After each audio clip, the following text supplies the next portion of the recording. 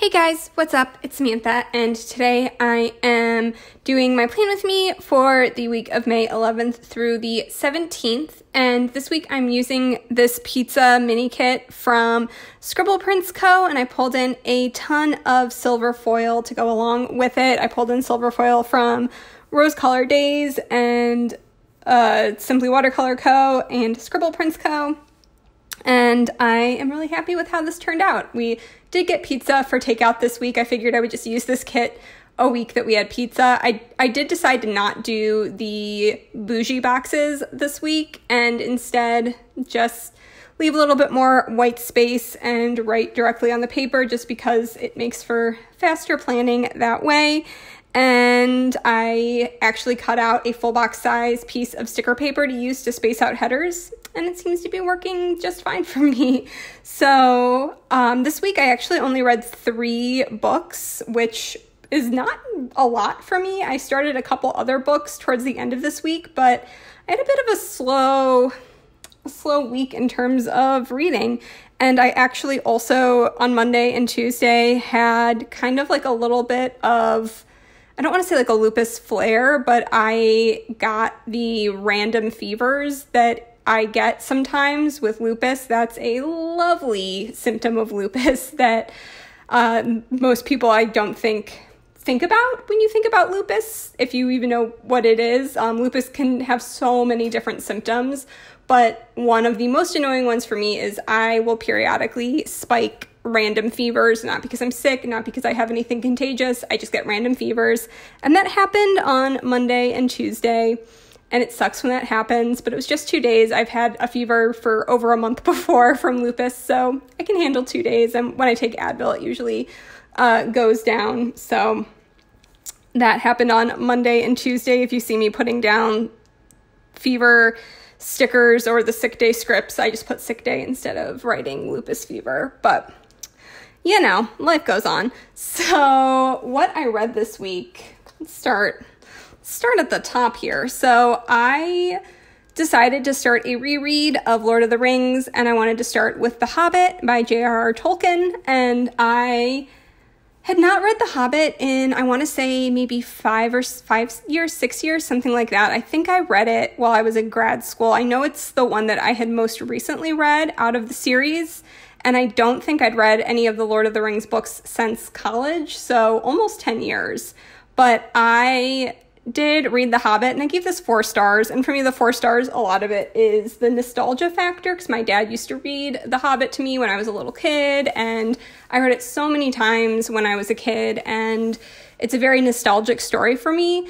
But I think, especially after reading Fellowship of the Rings, which I flew through, I think the week after this, I was better able to articulate what about The Hobbit I don't like as much, even though it's accessible to children and it's a great book to read aloud, but you don't really get to know the characters. There's this massive cast of characters and there isn't really much personality to any of them, and they all are kind of flat, and I didn't really care about the characters. Obviously, you know the significance of Bilbo, but the difference in how much personality Bilbo displays in The Hobbit versus how much personality Bilbo displays within the first 20 pages of Fellowship of the Rings is night and day.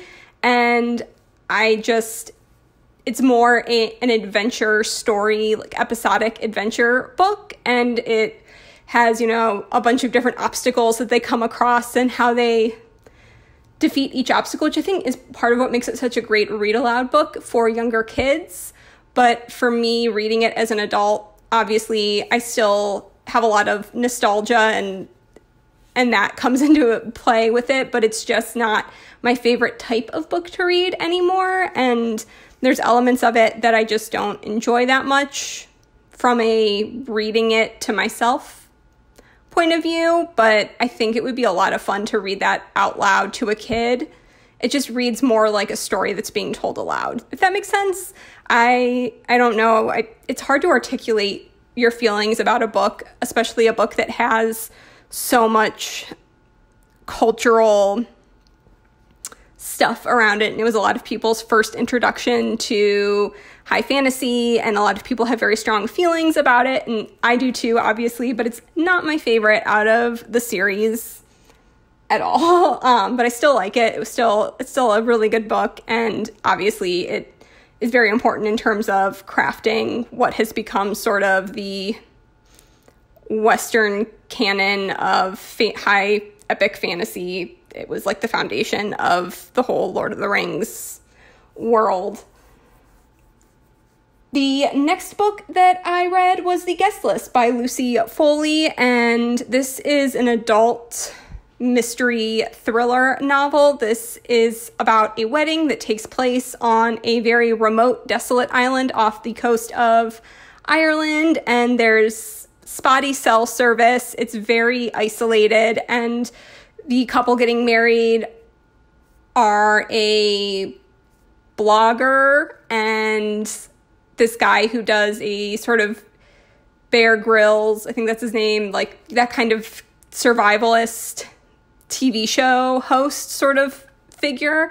And you follow a bunch of different people. You follow the bride's sister, you follow a +1, you follow the best man, I think you follow the bride as well, you follow the wedding coordinator who owns the resort on this island where the wedding's taking place, and you get all these different perspectives into what's going on and sort of the history behind these people and how there's a lot of connections that maybe they don't know about, and some hidden background information. And of course, everyone is a suspect. There is a murder, there's a dead body found, and it sort of flashes between the night of the wedding and the couple of days leading up to the wedding, and you kind of piece together things as it builds up towards the end, revealing who the person that got killed was, which was interesting because I thought it would be more of a Clue whodunit style book based on how it was pitched. I thought we were going to know who died right up front, but the big reveal is more who died as opposed to how they died, which was an interesting choice. But I really liked this book. This was a 5-star thriller for me. So when I rate books, I tend to compare to other books within that genre, and this ticked all of the boxes for what I look for in a thriller. I like when things make sense. I don't like when there's a reveal at the end that you could have never guessed, that there were no hints to at all throughout the story, and you can't like piece things together. I like a reveal to make sense within the framework and context of what has been shown to you throughout the book. I really liked that you were kind of able to play the role of detective and start to guess and piece things together. And so at the end, I had a feeling for what was going on and a lot of the connections between people and that kind of stuff, but there were still a few things that were revealed that tied it all together, and were just the last couple of puzzle pieces, but they fit into everything else that was revealed. And I find that really satisfying. I am not a fan of, like I said, thriller books where you could read the whole thing and no matter how good you are, you'll never guess the ending because it's someone that they've never talked about the entire book or something. I don't know. I've read a few like that and have not been a fan. But yeah, I really liked how everything came together in this book. I really liked the cast of characters we read from. Some of them are very unlikable. Some of them are more sympathetic than others. And I find that interesting. I still can enjoy being inside the head of an unlikable character. I thought the characters were all done really well. But yeah, this was a 5-star thriller for me. And I feel like thrillers are such a personal thing. Like what one person loves, another person will hate. And this is the kind of thriller I really like. So this is as much fun as I'm ever going to have reading a thriller, basically. And the final book that I finished this week was Blood Rites by Jim Butcher, which is the 6th book in the Dresden Files series. And I gave this one 4 stars, which I was really surprised that I ended up giving this one 4 stars. I think it's hard to talk about books the longer it goes on in a series, but the sort of mystery, murder, crime of the week thing that's going on is that Dresden is asked to go undercover on an adult film set. And when I heard the setup for this, I was not convinced that this could be good because, as you guys know, I've talked about this. I have grown to enjoy the books, but they've all been in spite of Harry Dresden, not because of Harry Dresden. I don't like Harry as a character. He's grating. He's incredibly chauvinistic, and he's just, I mean, there's been a little bit more self-awareness, but I'm just not a fan of Harry as a person. And I read the books because I like the side characters, and I think the world is really cool, and I like the politics. But Harry Dresden's kind of exhausting. But anyways, I did end up giving this book 4 stars. Did I say that? I think I said that already. But I really ended up liking what this did in terms of the white court vampires. And there's a lot of Thomas in this book, and Thomas is probably, Thomas or Michael, probably tied for my top 2 favorite characters. And you really get to know Thomas as a character a lot more in this book, and I really, really enjoyed that. And I enjoyed learning more about him. I'm just repeating myself now. But I feel like the setup for this, also the opening of this book, is really hilarious. It's probably my favorite opening out of all of the Dresden books. It's really immature and really stupid, but it was really funny and really bizarre, and I enjoyed the opening of this. And also I think this is the book that we get introduced to Mouse. If you know who Mouse is, gotta love Mouse. So yeah, I